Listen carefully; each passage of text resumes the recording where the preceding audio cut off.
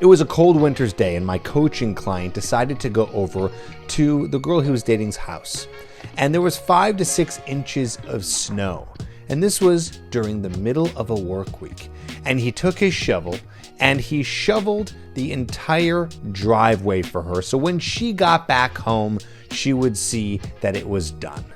And you know what ended up happening? Just a few weeks later, that guy got dumped. Now, he didn't get dumped because he did that, but it just goes to show you that sometimes men will do things for women that are completely useless and don't actually work. He thought that he would gain points by going over there and hurting his back, struggling to get all the snow off of her driveway in this courageous attempt to get her attention. But that stuff doesn't work, and neither do the things that you're about to hear right now. So first are favors for her, doing something like that, or going out of your way to pick up Starbucks for her in her perfect order because you know that she wants it. Or editing her resume for her, even though you guys have been on 2 to 3 dates. Yeah, these are nice things, but it doesn't move the needle. It does nothing but have a bunch of white noise that women are not paying attention to, because it's not those nice guy favors that get her attracted. It's more tension that gets her attracted, but we'll come back to that in a bit. Next, so useless. And I get this question a lot, especially from our coaching clients, like what is a really great first date, an elaborate first date that I can do to get her to notice me and pay attention? Planning this beautiful rooftop dinner and spending over $200, buying tickets to an expensive concert and surprising her, planning this multiple stop date where first you get this drink here and then you go get this nice dinner here and then you finish on a walk on the beach. Listen, those things don't matter for a first date. All that matters is you two are connecting. Let me tell you that I have had more success with the most boring dates in the world, just me and the woman getting a drink, getting some dinner, going for a walk. I don't mean all in one evening. I mean all those 3 as separate dates, which are known as a boring date.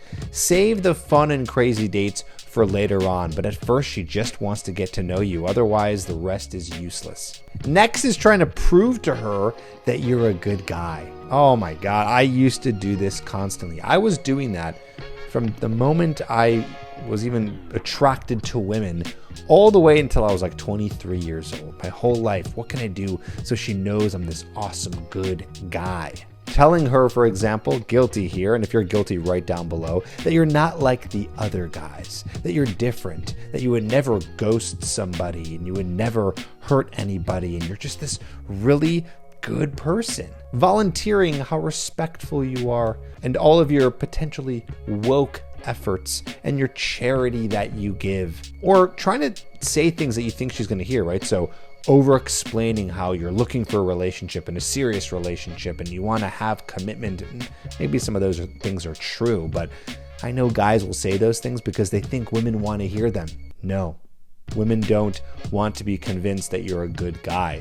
You want to be a good guy, just be a good guy. But those things don't move the needle. Useless. Next, sort of similar, but different boat. Trying to attract her with logic. Oh man, I've done this before too. And I cringe. I'm cringing right now, but I forgive myself because we have to live and learn. Explaining to her, for example, why you'd be a good long-term partner. Arguing to her why she should give you a chance or why she should like you by saying that you guys have things in common. And mentioning that over and over, how much you guys have in common. She'll notice it if she notices it, but that's not gonna move the needle. Or listing all of your career goals and your financial plans and your vision.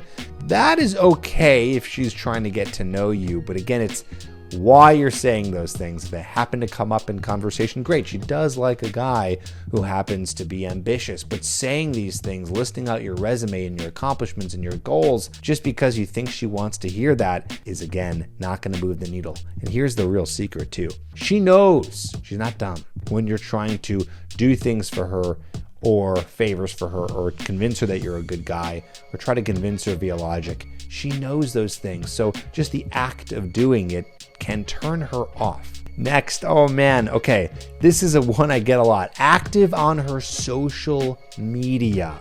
So trying to like all of her posts, watch all of her stories, comment on her stories, comment on her posts, putting those little fire emojis or heart eye emojis when she posts something. Or even, this isn't social media, but still related, liking and hearting every single text message that she sends you. This overactive engagement in social media is actually going to be a turnoff. Like I said to those other things, all that attention and all that try-hardness, if that's a word, you being too try-hard, is going to turn her off. So it's going to do the opposite.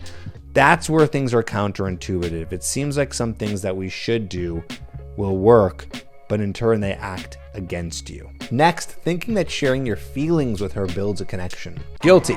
Being overly vulnerable with a woman, telling her how you feel about her, talking about your past and the things that have come up in your past that have been really hard and a struggle, admitting that you are feeling anxious lately or lonely lately or anything that could be a sign of weakness. Guys, I wish we could do these things. It'd be nice. There's a therapeutic element to being able to tell another human how you actually feel, but I don't make up the rules. When you do these things, it is a turn off to women because she doesn't want to be with the guy who feels anxious and lonely and talks about all the bad things from his past and how he's feeling all the time. She wants to be with someone who is courageous, who is brave, who has his act together, who is confident, and none of those things that come up in conversation are going to make an actual connection with you and her. Next one. Guilty of this too. I guess this is really just a list from my past. Avoiding tension or teasing or rocking the boat in conversation, thinking that it's going to mess it up. Counterintuitive. This is how attraction works. This is why myself and other guys mess this up. Actually, when you tease her, when you build tension, when you say how you actually feel about something and share your opinions and you're not too agreeable, those are the things that build tension, that show her, wow, this person has a backbone. He is real. And therefore, get her more attracted to you. Or laughing at every joke that she makes, like she's the funniest person in the world, and doing that just because you don't want to mess it up, right? You have this thing in your head that says, don't mess it up. You cannot mess this up or else she's not going to like us. No, don't be a people pleaser. Turns her off. Next, sitting there trying to write the perfect text. If you're thinking longer than 15 seconds or even 10 seconds of what to write next, you're thinking too hard. There's no such thing as a perfect text message. You just want to text her whatever it is that you have to text her. It does not need to be absolutely perfect. Like sending her a paragraph of everything you're up to instead of just texting her, hey, are you free tonight? Or are you free this week? In a simple sentence. Or you're trying to match her time of messaging you and match the amount she's texting you. Like if she texts you a paragraph, you should send a paragraph back. That's a big one. Guys think that they should, as a nice guy, send a longer paragraph because she did. You're overthinking it. That doesn't matter. In fact, it builds more tension when you just send a sentence or two if she sends something that long. Next, holding back sexual energy. This is a big one. Before I get into this one, if you need help with not being the nice guy anymore, if you're sick and tired of being the guy who's just doing all the what you think intuitive moves are to attract women, then don't hesitate to book a call with us. It is completely free. Link in the description down below. If you go to tripadvicecoaching.com, we can chat with you, and we have been turning men left and right into the guy that is more attractive, that's building tension, that women are actually paying attention to. We do it every day. We can do it with you. Go ahead and book a call. Let's chat and see how we can help you. Now next, holding back your sexual energy. Glad you're still here because this is a big one. And this is the reason why I was not able to get the kind of interactions I wanted with women for a long time. I played nice guy. I didn't want to rock the boat, so I just didn't go for the kiss because I wanted to be a gentleman at the end of the first date. I didn't want to touch her too much because I didn't want her to feel that I was trying to be gropey or grabby or too horny. No, that stuff doesn't matter. She wants to have a physical connection with you. She wants to be kissed by you. She wants to have that tension built. So if you're withholding that to be a gentleman, you just end up in the friend zone. In fact, everything you do that I've listed today ends you in the friend zone. Do you agree? Hit the like button if you do. If you're new here, subscribe. I got videos coming out that are going to help you meet the most amazing woman so you don't have to watch these videos anymore.